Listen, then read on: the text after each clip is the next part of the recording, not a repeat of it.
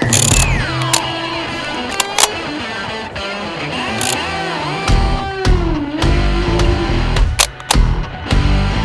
yo! So today I'm gonna do a product shooting, and I'm gonna show it to you how to do it with some simple tricks, the best photos for your products you can possibly do.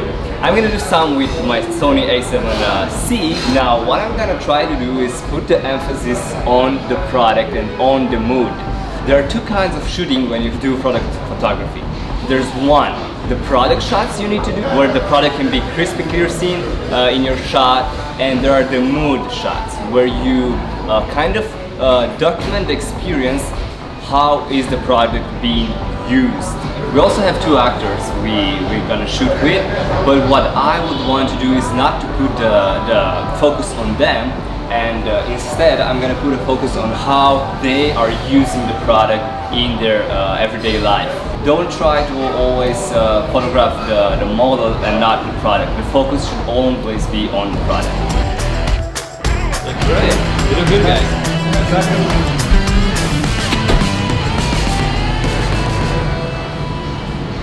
So this is how you fake a studio shot with a white background. Yeah, what I wanted to do is to have the background, do the marble, and in the foreground I needed also a white sheet or something, so I just improvised with a t-shirt. In the edit I'm gonna take all the imperfections, but for now it's just good what we have.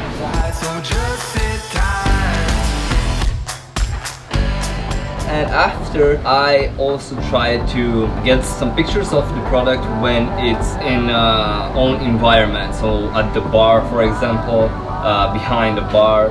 What I would like to do is take the hero shot of the product, so I can also have the usability of the product inside the shot, but also the mood. This is like a kind of mixture between the mood and the product shot. And after, I also tried to do some more neutral ones with this gray background. After, we moved to do the shot where the actors were holding the glass. It's better if it's possible the actors at the shooting to also change clothes. That would be best, so you could have like different photos at the same shooting. So yeah, now we pretty much did the product shots. Now we're focusing only on the mood shots. And at last, I was focusing on getting the shots when product were used in real life scenarios, beside a drink, a glass. So I tried to do the journey, like from the box, behind the bar, and then on the table at a cafe or something like that. I will need both of you to like hold hands on the glass. Yeah, like this, and you also, yeah, I would like the one to watch. Yeah, like one next to each other or something like that. Yeah. I always try to give these indications to the actors so they were not looking into the camera, because if they were, then the attention of the viewer wouldn't be on the product anymore, and it would have been on the actor itself, and I wouldn't want that. The lighting I used was pretty much in the shade, so I don't get any shadows from direct sunlight on the actors' faces or on our product, because I want to get that clean look, the minimalistic clean look. I did just a few shots here in the sun to get more drama, to have the emphasis exactly on the product, to get like a spotlight. Where the actors were in the shadow and only the glass were in the sunlight. Yeah, I thought it was kind of cool, and I really like the way it looks. I did the photos with 85, 1.8 and with a 24mm f1.4.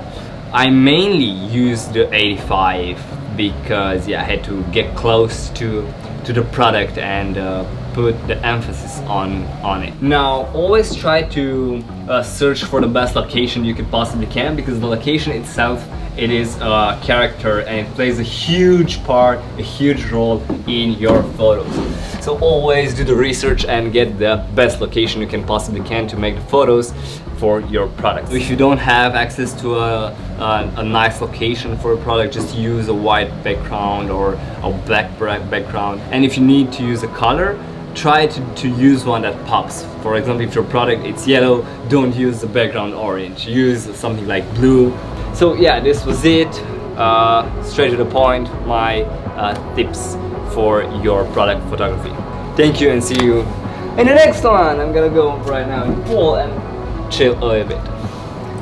Hope to see you soon.